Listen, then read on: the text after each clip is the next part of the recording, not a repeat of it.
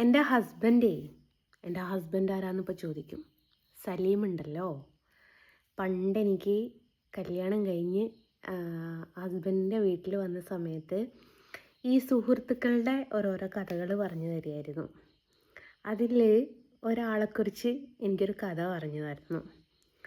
ആൾ കുട്ടിക്കാലത്ത് ചെയ്തൊരു കാര്യം എന്താ വെച്ചാൽ, വീട്ടിൽ അച്ഛനോടും അമ്മനോടും പിണങ്ങുന്ന സമയത്ത് നമ്മുടെ ഈ മതിലിൻ്റെയൊക്കെ സൈഡിൽ ചെറിയ ചെറിയ പൊത്തുകൾ ഉണ്ടാവുമല്ലോ, ആ പൊത്തിൻ്റെ ഉള്ളിൽ പോയി കൈയിട്ടിട്ട് കൊത്തുവാമ്പേ എന്ന് പറയായിരുന്നു പോലും.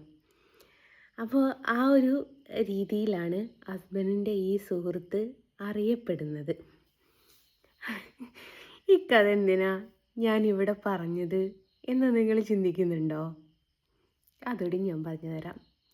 എത്ര പേര് തെറിത്തള്ള എന്നുള്ള രീതിയിൽ അറിയപ്പെടുന്ന നമ്മുടെ പുന്നാര ഷെഫീന ബീവിയെ അറിയും? ചക്കരക്കുട്ടി പൊന്നുമോള്. എൻ്റെ ഭാവി അമ്മായിയമ്മ ആവേണ്ടതായിരുന്നു. അതൊന്നും പറയണ്ട, അതൊക്കെ വേറെ കഥ. അത് എൻ്റെ ഫോളോവേഴ്സിന് അറിയാം എന്താണ് ആ കഥ എന്നുള്ളത്. അപ്പോൾ എൻ്റെ ഭാവി അമ്മായിയമ്മ ആവാൻ ആഗ്രഹിച്ച സ്ത്രീയാട്ടോ ഷെഫീന ബീവി.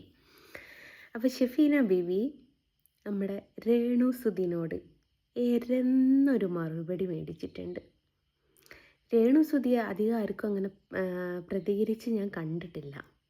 ഇപ്പോൾ ഇൻസ്റ്റാഗ്രാമിൽ കണ്ടപ്പോൾ എനിക്ക് ആദ്യം ഓർമ്മയായത് സലീം പറഞ്ഞു തന്ന കഥയാണ്.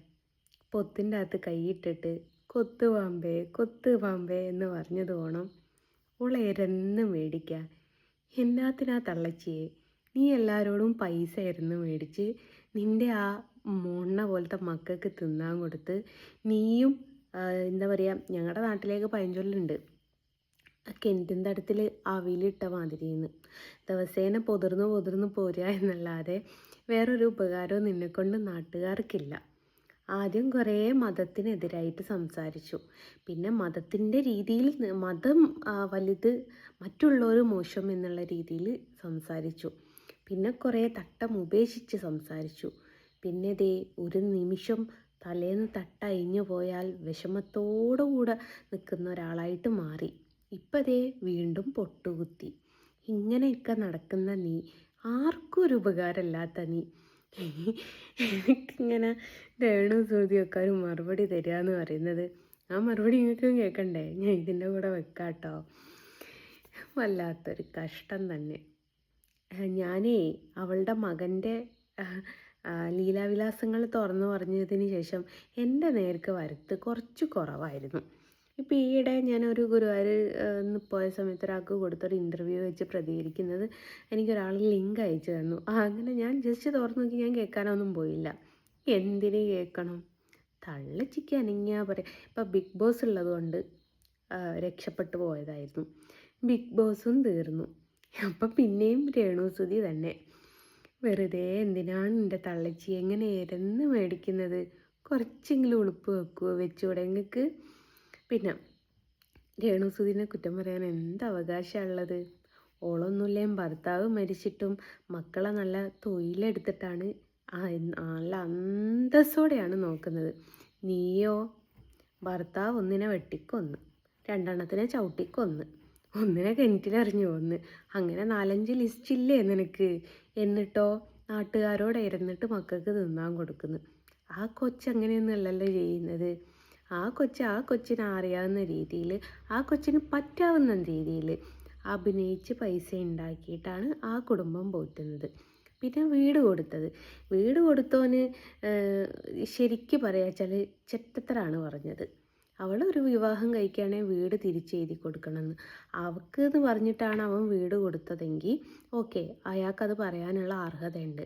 ഇത് അവരുടെ കുഞ്ഞുങ്ങളുടെ പേരിൽ എഴുതി കൊടുത്ത വീട് അവളൊരു വിവാഹം കഴിക്കുമ്പോഴേക്കും തിരിച്ചെഴുതി കൊടുക്കണം എന്ന് പറയാൻ ഉളുപ്പും മാനവും ഇല്ലാത്ത കുറച്ചെണ്ണങ്ങളുണ്ട്. എനിക്കറിയാത്തതുകൊണ്ട് ചോദിക്കുക. നിങ്ങളൊക്കെ പറയും പോലെ ഈ ഒരാളിപ്പം ഭർത്താവ് മരണപ്പെട്ടാൽ അവളുടെ മരണം വരെ ഭർത്താവിനെ ഓർത്ത് കണ്ണീരൊഴുക്കിക്കണ്ട് വീട്ടിൽ കുത്തിരിക്കേണ്ട ആളാണോ വിധവയുടെ വേഷവും കിട്ടിയിട്ട്? അതൊക്കെ പണ്ടത്തെ കാലത്ത്. നേരം വെളുത്തു, 25 ആയി. 25 ഒന്നും പറയാനായില്ല. ഓലെ പറ്റൂല, 26 ആവാനായി. ഒരു 10 ദിവസം അല്ല, 10 എന്നല്ല 30 ദിവസം കഴിഞ്ഞാൽ ഒരു കൊല്ലവും കൂടി ഇങ്ങോട്ട് കഴിഞ്ഞ് കിട്ടി. ഇപ്പോഴും നിങ്ങൾ പണ്ടത്തെ കാലഘട്ടവും നോക്കി ജീവിച്ചാൽ എന്താ എൻ്റെ തള്ളേ, എന്താ എൻ്റെ വീടുണ്ടാക്കി കൊടുത്ത മൊണ്ണേ എന്നോടൊക്കെ പറയാനുള്ളത്.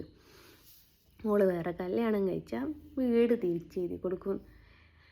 ഇതേ അയാൾ പറഞ്ഞ വാക്ക് കേട്ടപ്പോൾ എനിക്ക് തോന്നിയത് എന്താണെന്നറിയോ, നമ്മൾ ഷോപ്പിലൊക്കെ പോയിട്ട് ഈ ജഡ്ഡി ഉണ്ടല്ലോ, ജഡ്ഡി അടിയിലിടുന്നത്, പാൻറ്റീസ് അല്ല, പാൻറ്റീസ് തന്നെ, സോറി പാൻറ്റീസ് ആണല്ലോ, അത് ഓട്ടയായാൽ ഷോപ്പുകാരന് തന്നെ തിരിച്ചെടുക്കണമെന്ന് പറഞ്ഞു പോരുന്ന പോലെയാണ് എനിക്ക് തോന്നിയത്.